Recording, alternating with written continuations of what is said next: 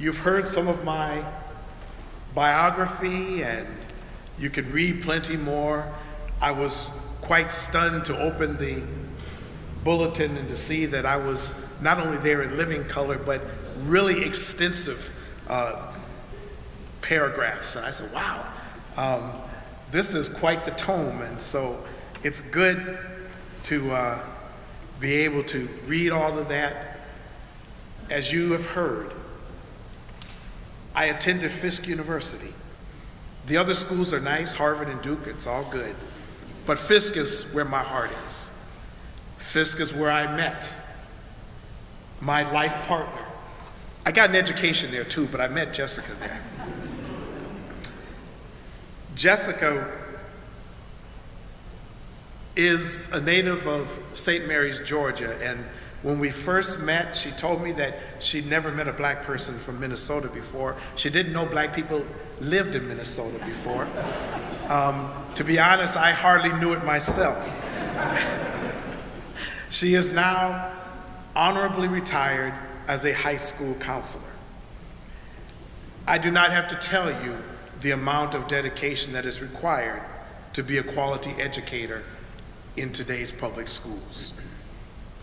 Our daughter, Asha, is a creative artist and graphic designer, and as they like to say, she is leading her best life. Our son, Brooks, is in managed health care and ordained ministry.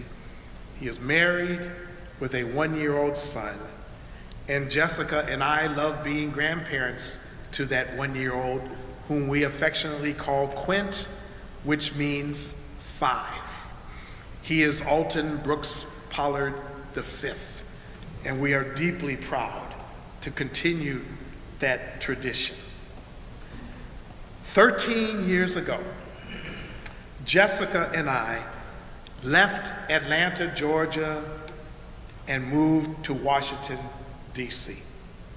Then as now, the quadrennial campaign for President of the United States was in full swing. Senators Hillary Rodham Clinton and Barack Obama were in a close race for the Democratic nomination, and the late Senator John McCain led a crowded Republican field. The local political stakes were also high. We learned that the District of Columbia is geographically divided into quadrants, administratively divided into council wards, and politically divided along myriad demographic fault lines.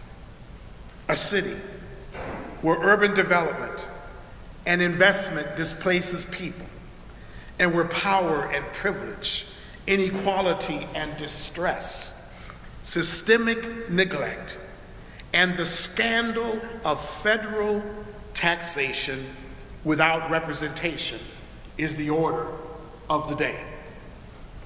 Jessica and I also observed the changes taking place in the DC neighborhood where we lived, the uprooting of longtime residents and renters, dedicated but disregarded citizens, frequently the black elderly, the arrival of earnest young people, mostly white, as the new and desired occupants of the city. Every open house we attended in the urban center, astronomically priced, heralded the city's proud renaissance, economic vitality, and population adjustment. The history of DC's urban makeover dates back to the late 1990s, when, for the first time in decades, an infusion of development dollars poured into the city. Traditional family dwellings were converted to luxury apartments and condo units. Abandoned houses were renovated or torn down. Foreclosed properties were rehabbed and sold. New housing starts exploded. Entire city blocks gave way to micro-enterprise. The fruits of revitalization were everywhere, almost. Banks systematically excluded Black Washingtonians from the preferred lending practices and housing opportunities available to many whites. Beset by an absence of regulatory protections, rising property taxes, and mortgage foreclosures, DC's Black population has seen a steady decline in the midst of urban plenty. Not so long ago, we the people prematurely celebrated the maturity of our American democracy.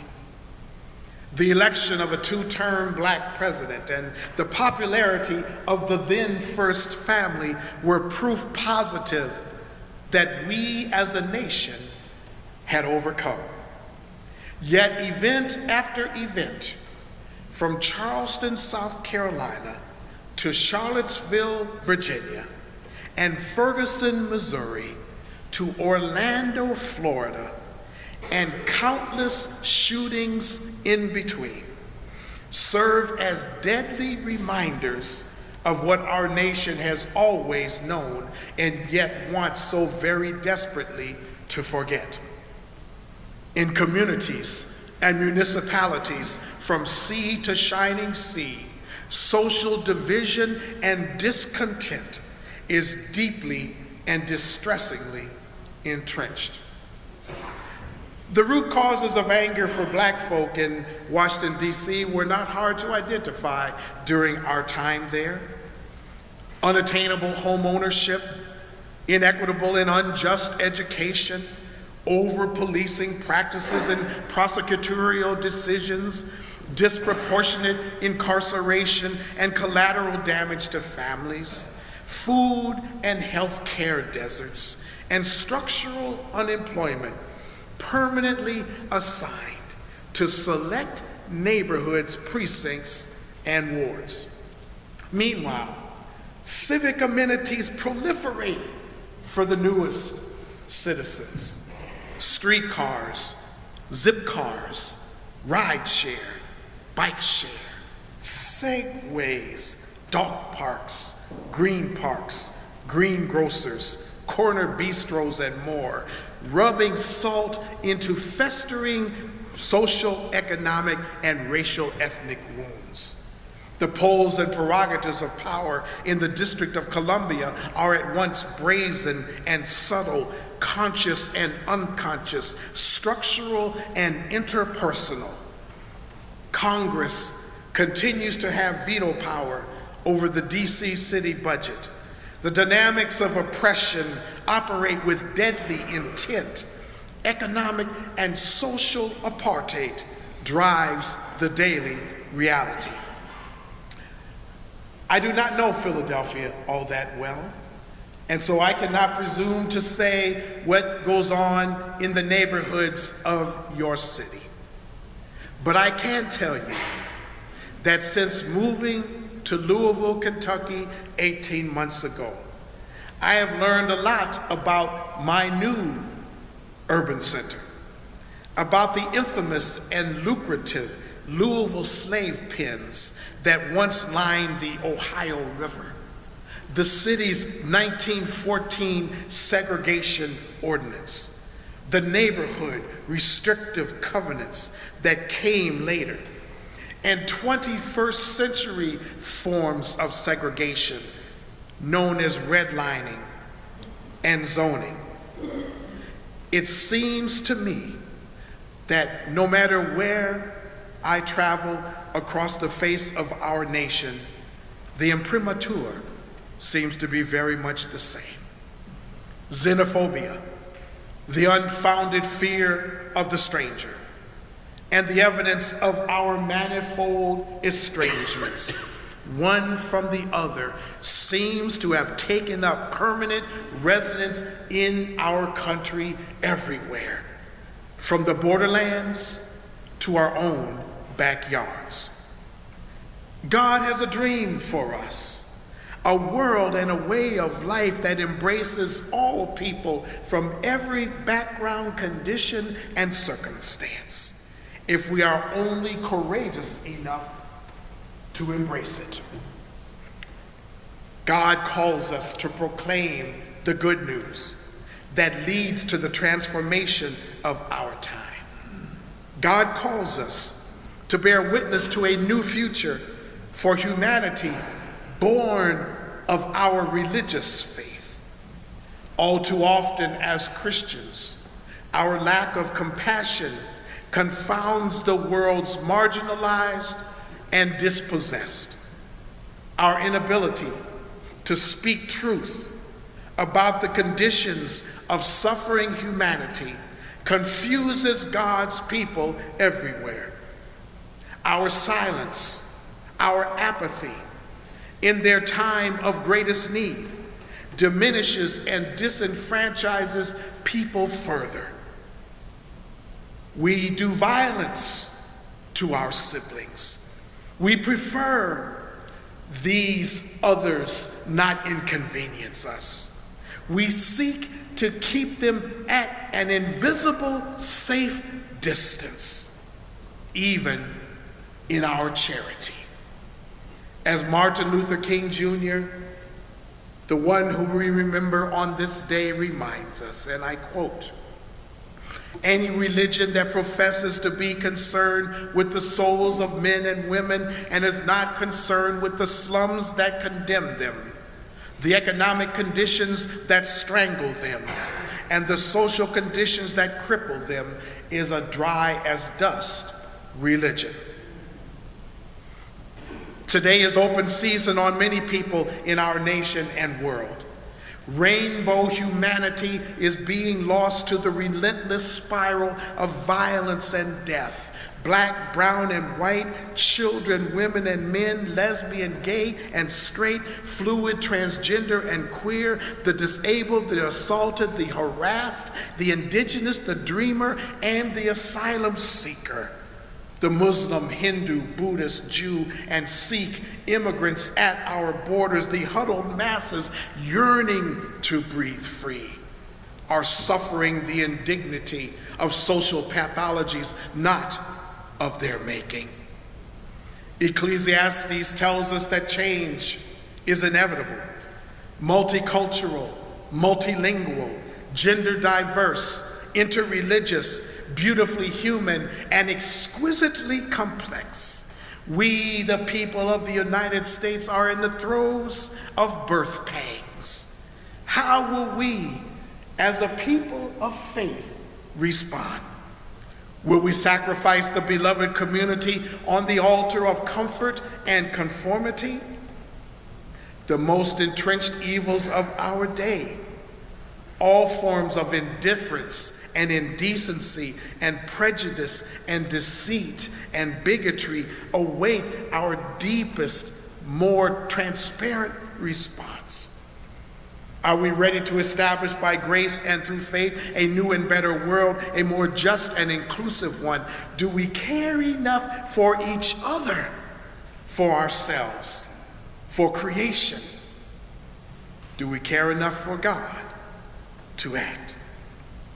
Through the years, there have always been those who in the times of crisis found ways to be resourceful, to mobilize, to advocate, to create intellectual, moral, and social networks based on their belief in the infinite worth of every human being everywhere.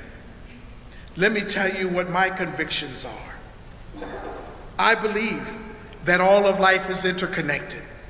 I believe that freedom is a constant struggle. I believe that justice is indivisible. I believe that we are the children of God and more.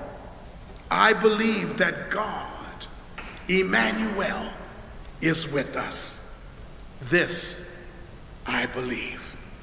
I believe that we are called to bear witness, you and I, to the power of love, to resist the dynamics of human violation and gender violence, white supremacy and homophobic patriarchy, state power and suppressed wages, and the imperialist policies of our age.